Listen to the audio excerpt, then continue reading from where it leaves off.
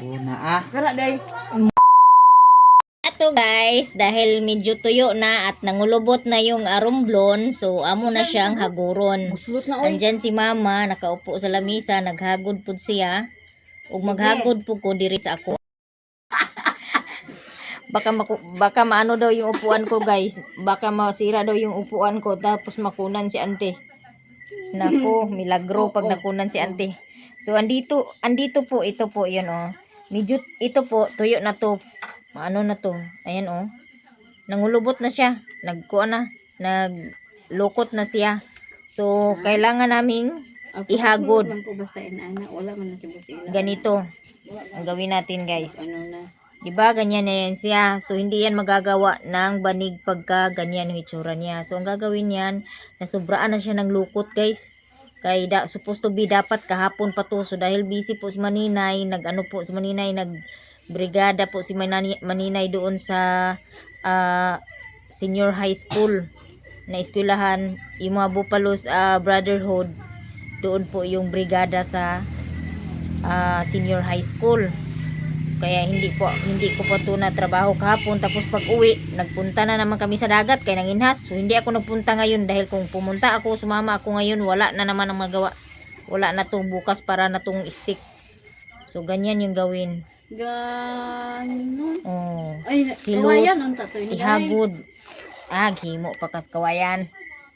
May kutsara. Sakit man ang kutsara god. Di man.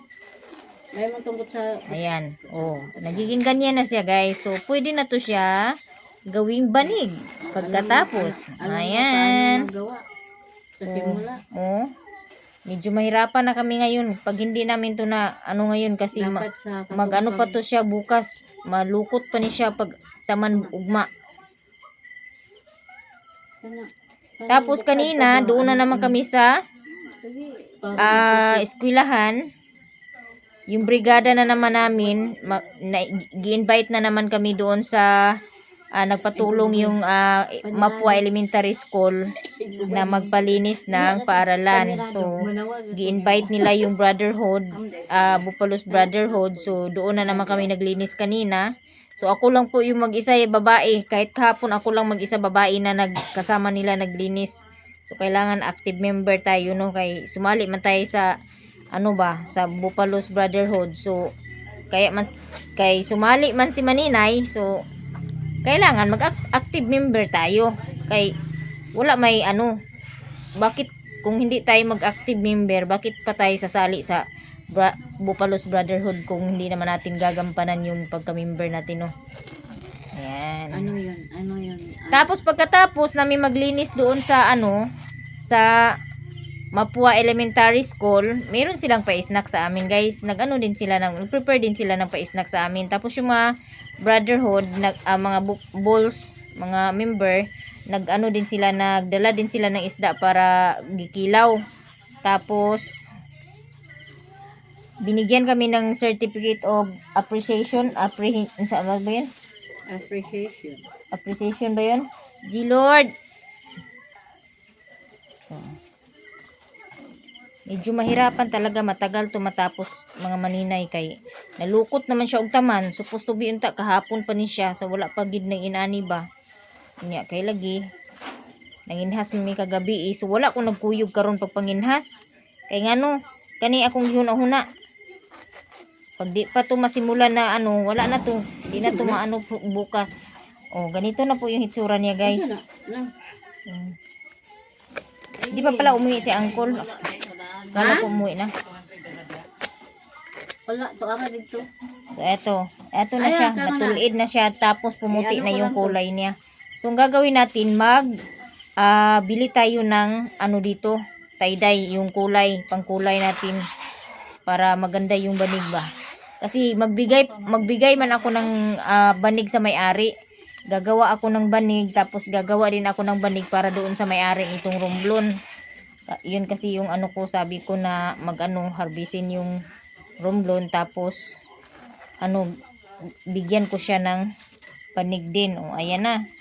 Ganito na yung hitsura. Tapos pag medyo tuyo na to siya, ihagod na naman to ulit tapos sa kakulayan sa kung ano yung gustong kulay mo sa banig. Ayun na inday oh. Nayati na. Nag-violation na po. Nagbuwang. Ayun na inday. Ayun na. Ayun ang kikas ko. Ayun ang Na-open na. Gcash mo. Ayun, na-open na. So, Ano lang gyapon day. Nga naman to nabuang man ko. The next day. maayong buntag mga maninay. So good morning everyone. So our video for today ay magluto si maninay ng langka. So muna lang natong kindi kay kanang gisumhan naman og kinaon ng mga tao. Supposed to be dapat gahapon na ni siya nalimutan ni maninay. Ayan guys, oh. Atong himuon og jelly kindi or unsa diha. Sa itawag dani. Kamo nay mag-igo unsa itawag ninyo paghuman. Unya, si maninay karon kay magbrigada si maninay sa akong mga estudyante. No? Kay wala pa ko ka brigada sukad mga kamaninay. Pero nakabrigada ko sa amo ang bupalo. Sayo magud kayo ang brigada sa diri sa Kabulakan mag-start. Ya kasi maninay kay usahay kapuyon man jud mo lihok og sayo. Munang wa katambong si maninay og brigada. Yan adi si mama, si papa. Si papa nagkapi na.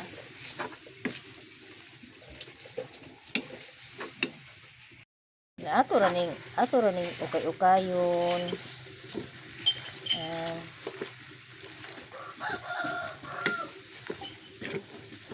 So wa man koy nagbali-bali og kaon, wala po kasing kumain nito kahapon kaya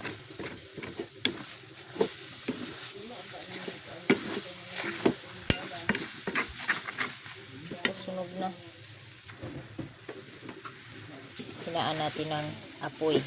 Sinaan natin ang apoy para hindi po siya masunog. So, eto guys, lutuin ko muna siya. Kailangan ko muna siyang lutuin yung langka. Saka ko siya lagyan ng condensed milk. Ay!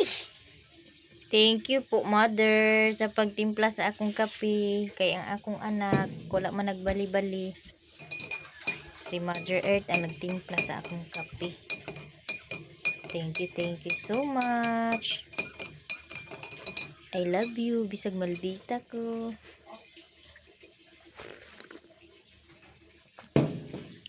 Minsan maldita din si maninay.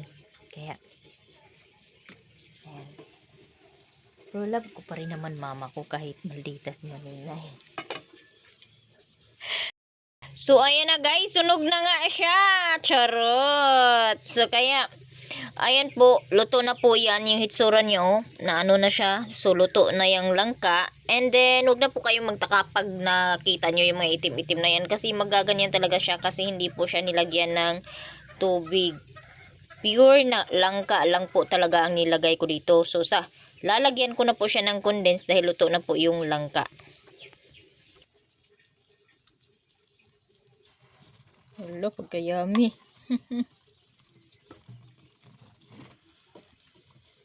Ay, pilang trapuha.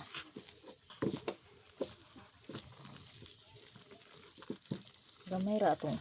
So, eto na nga guys. Nilagyan ko na siya ng condense. Kunti lang yung ilagay ko na condense. Kay ano man, tawag nito. Tamis naman ni ang langka. Pang ano lang ba siya? Pang lapot. And pang dagdag lang ng lasa.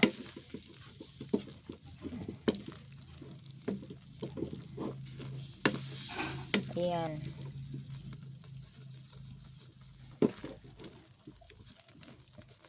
Para na rin to siyang jam, mga maninay, no?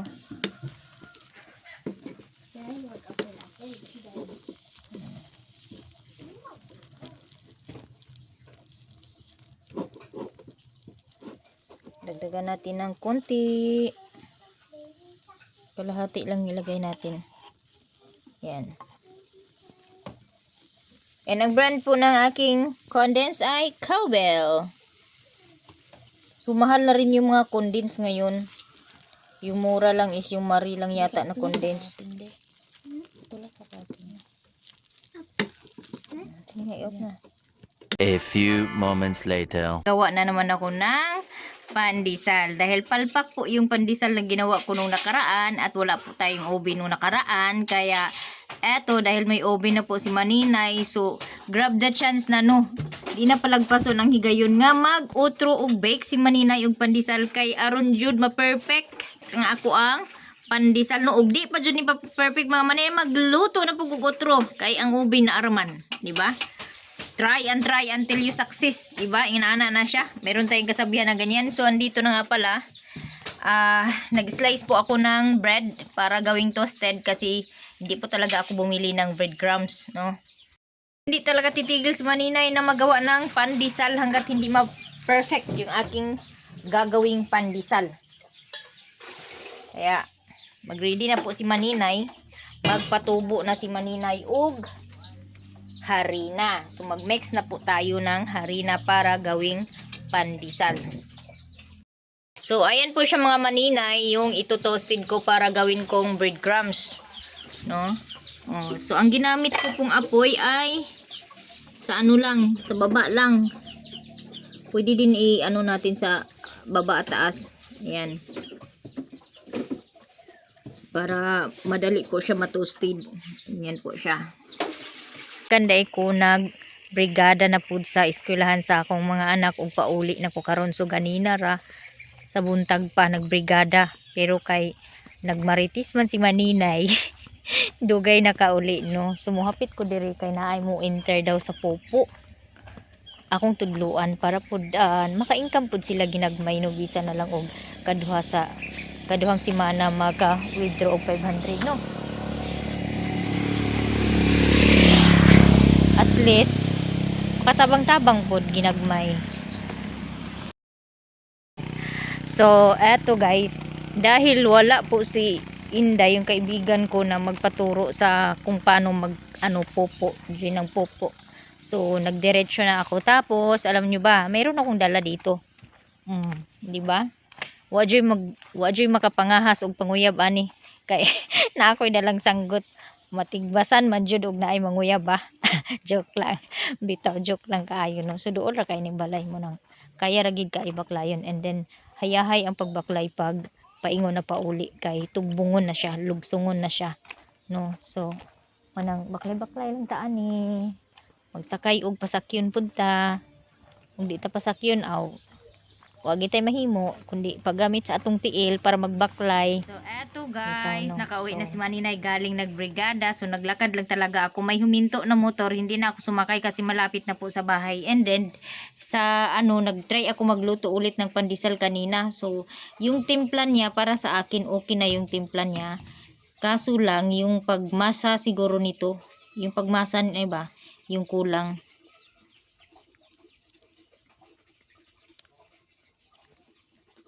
Okay na yung timpla. Para sa akin okay na yung timpla. Tapos yung init lang ng yung per heat lang niya, yung temperature lang niya yung hindi ko pa masyado na control. Ayan. Hindi naman siya sunog pero muntik na. Charot. Ayan. Muntik na siya masunog. So ang kulang na lang dito is yung masa na lang talaga niya, yung pag na lang ba, yung pagmasa ng pagmasa ng dough, yung kulang siya ng masa. Ayan, so next time yung timpla okay na. So next time na naman pag nagawa na naman ako ulit, sana perfect na no. Ay, hindi pa rin perfect kasi sana next time tama na yung pagka ko ng temperature ng Celsius sa init para next time na naman na magulit ako. Yung na talaga, yung dough na talaga tama na yung pagkamasa. Medyo matigas siya ng konti. Hindi naman siya matigas, malambot naman siya. Pero hindi pa talaga siya perfect guys. Pero at least na siya, yung timpla niya, okay na yung timpla. Masarap na yung timpla niya. Yung na lang, yung init na lang, ang na lang, yung tama na lang, tamang init na lang, tapos yung yung tawag nito, yung dough, kulang ng masa. Tapos, eto, dahil nga meron ng kahapon at walang kumain, so, inano ko, niluto ko siya, ginawa kong jam. Ipalaman natin to ng tinapay. Masarap to, nilagyan ko to ng condense kanina. Kain tayo. Ayan po yung ano ko. Po ang langka na niluto ko kanina, ginawa kong jam. Tapos yan po yung pandesal ko. Sunog na naman. Yan naman talaga yan, no? Try and try until you succeed. Di ba? Wala namang perfect agad na magluluto na perfect agad. Di naman tayo nakapag-aral ng ano, no? Ng luto-luto. Kaya para magiging perfect agad yung pagkuan. Mga ano nga, mga teacher nga, nagkakamali nga, di ba? So, eto na. Ang palaman ng sarap ng tinapay. Ang sarap. Kumain sila ng tinapay, hindi nila pinalamanan. Ang dami ba ng langka? Ginawa kong jam. Kasi sayang, kainin lang ng manok. Kaya, masarap na yung timpla ng pandesal ko. Ang kurang na lang talaga yung dough ba, kulang lang siya ng masa.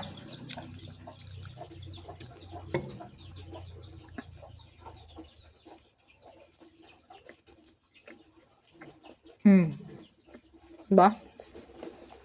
Ang sarap. Ang sarap. As in. Tapos, pagkatapos ko magbrigada kanina, nagtambay ako doon sa suki ko ba na tindahan. Yung dinideliveran ko ng kasabat chips. Sabi niya, "Tay, tara, punta tayo doon. Mag-ano tayo, tanghalian. Kain daw." Sabi ko, "Saan?" Yung ano ko pala, yung uncle ko pala, death anniversary ng uncle ko. Doon din pala si mama, hindi na ako nag-video doon. Pero libre yung paniudto ko. Dami ko nakain. Kaya bloated na naman yung tiyan ni Maninay.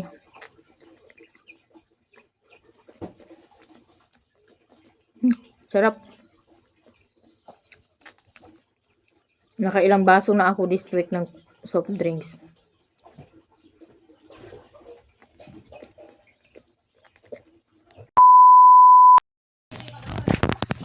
Pilam na ito gihatag ni Mulin. 2,000.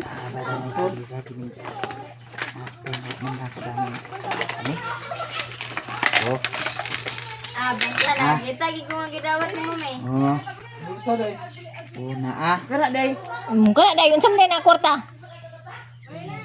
Turo. Langan lagi nila. Unsa man ito nimo gibutang ha? Nya wali mo dawata. Asa nagbutang balik ko sa kwarta. Eraw. Hindi ko pag gara-garain ninyo kay hulutan. Ho iya ta. Hawat na. Ho iya tanan kwarta guys. Hurot sang yang hubo tanan yang bag. Andi sana ang. Ay ka sa kwarta ba si Gilidyo puro. Bara mo karta dai. Dai. Kanliling ka nagihuman kay agihatag dili. Ilin. Ha? Ay hatag ni Ilin kay